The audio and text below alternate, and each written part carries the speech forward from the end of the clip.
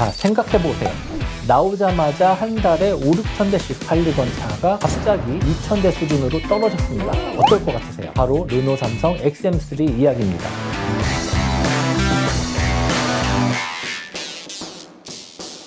작년 2월에 출시돼서 3월부터 6월까지 4개월 연속 5,000대를 넘겼던 XM3 판매량이 어찌된 영문인지 갑자기 7월부터 2,000대 수준으로 확 떨어졌습니다. 이 차는 르노 삼성이 사활을 걸고 만든 다크호스 같은 모델이에요. 회사 입장에서는 미치고 환장을 누르신 거죠. 잠깐이지만 기아 셀토스를 넘어서며 소형 SUV 시장에서 파란을 일으켰던 XM3, 왜 이렇게 됐을까요? 사실 제가 좀 충격받은 게 있는데요. 지난번에 현대기아차의 국산차 시장 점유율이 88%에 육박한다는 영상을 올렸는데요. 그 영상에 이런 댓글이 달려있더라고요. 르노, 쌍용, 쉐보레가 아무리 노력을 하더라도 기자들이 안 도와준다고요. XM3 가격과 옵션 정말 괜찮았는데 부정적인 이슈가 터지자마자 기자들이 냉정하게 등을 돌렸다고요. 현대기아차가 비슷한 일이 터지면 그렇게 열심히 도와주던 기자들 다 어디 갔냐는 그런 비판이 있었습니다.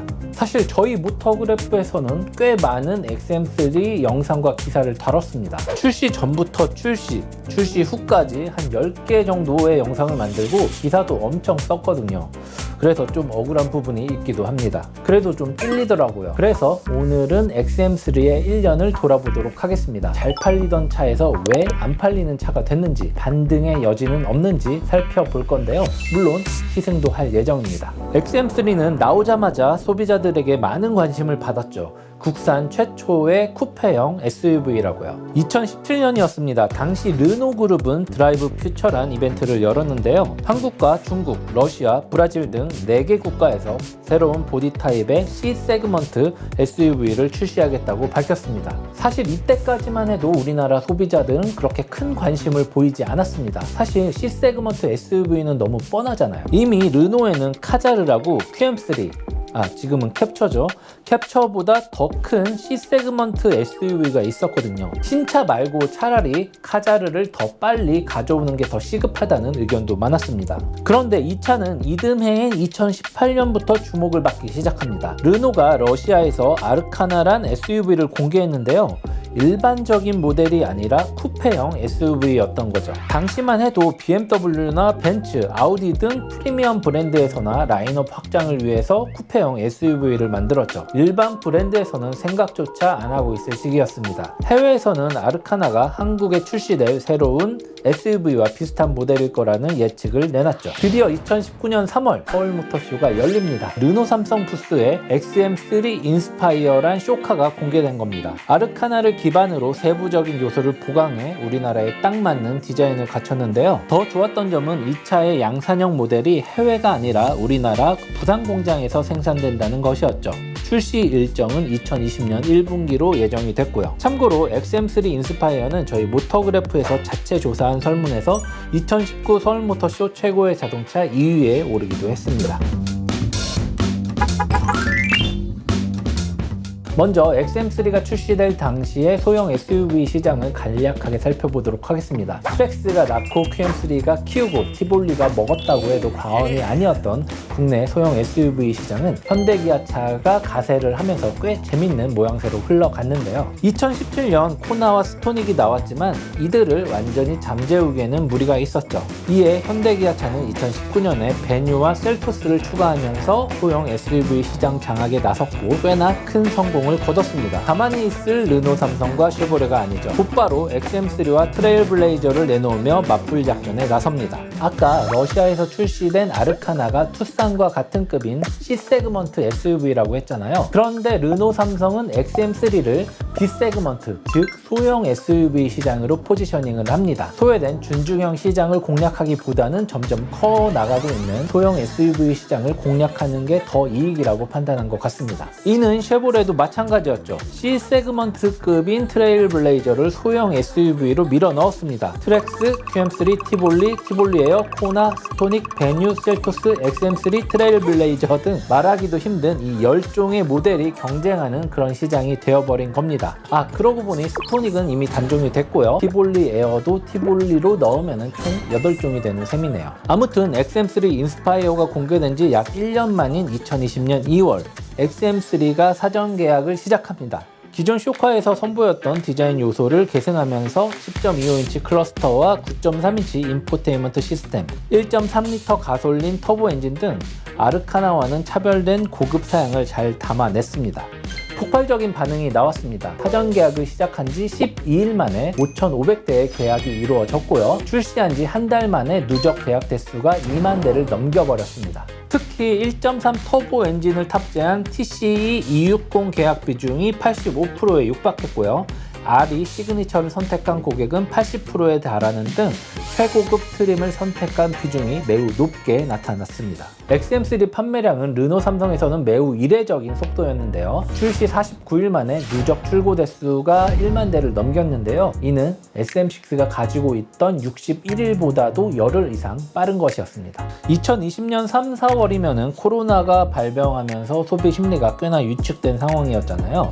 그럼에도 불구하고 10종의 모델이 경쟁하는 그 치열한 소형 SUV 시장에서 이런 성과를 거둔 거니까 매우 큰 의미가 있다고 할 수 있겠습니다. XM3와 트레일블레이저의 등장으로 월 15,000대 수준이었던 소형 SUV 시장은 25,000대까지 늘어납니다. 물론 그 중심에는 5, 6,000대씩 팔리던 XM3 역할이 가장 컸고요. 이후 4개월간 소형 SUV 시장은 전성기를 맞는데요. 3월부터 6월까지 월 평균 22,267대라는 엄청난 판매량을 기록하면서 우리나라에서 가장 큰 시장이 됐습니다.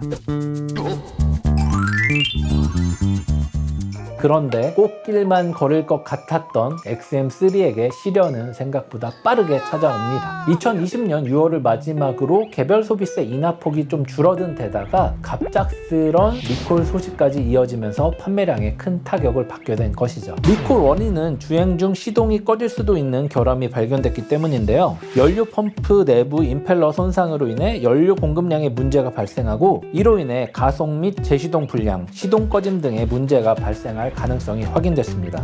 문제는 리콜 대상이 19,000여 대나 된다는 것이었는데요. 이는 2020년 상반기 XM3의 누적 판매량인 22,252대의 76%에 달하는 수치입니다. 당연히 타격을 받을 수밖에 없는 거죠. XM3는 해당 리콜뿐만이 아니라 5건의 무상 수리도 함께 진행이 됐습니다. 대부분은 전자장치의 문제였는데요. 작년 4월에는 전자장치 케이블 접촉 불량, 7월에는 오토스탑 작동 시 통풍 시트가 꺼지는 현상, 11월에는 전방 카메라 송출 불가, 인증 경고 등 점 등 TPMS 오류 등의 무상 수리가 이루어졌습니다. 다행인 점은 리콜 및 무상 수리와 관계된 문제들이 지금은 모두 다 해결이 됐다는 겁니다. 르노 삼성에 따르면 토요일까지 전국 공식 서비스 센터를 가동하고 리콜 차주들에게 정비 쿠폰을 지급하는 등 문제 해결을 위해서 총력을 기울였다고 합니다. 덕분에 리콜 조치와 무상 수리는 90% 이상 마무리가 됐다고 하는데요. 너무 걱정하지 않으셔도 될 것 같습니다. 그런데 제가 영상을 만들기 위해서 자료를 좀 조사를 해봤는데 XM3 판매량이 그렇게까지 떨어진 것은 아니더라고요. 출시 초기에 너무 잘 팔려서 그랬던 거지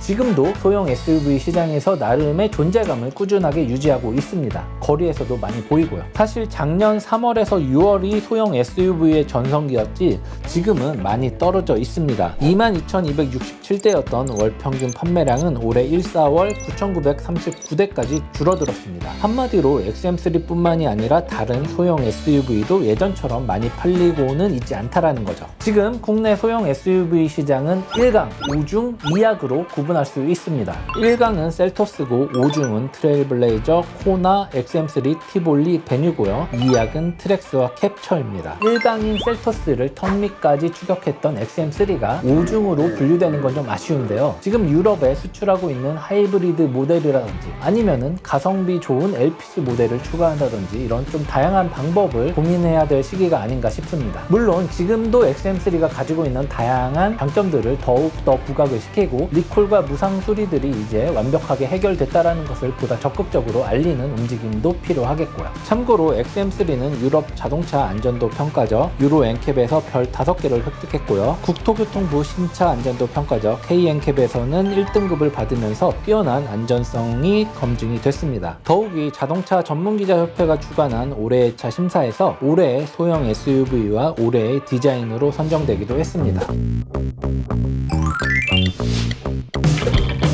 이제 곧 연식 변경을 앞두고 있는 걸로 알고 있는데요. XM3가 더 좋은 상품성과 더 높은 가격 경쟁력으로 더 많은 소비자들에게 선택을 받았으면 좋겠네요. 물론 XM3뿐만이 아니라 다른 소형 SUV들도 더 많이 팔려서 작년 3월에서 6월처럼 소형 SUV 시장이 다시 한번 붐업되기를 기원해 봅니다. And I can't get over you. So let me dream. If my dreams can come true.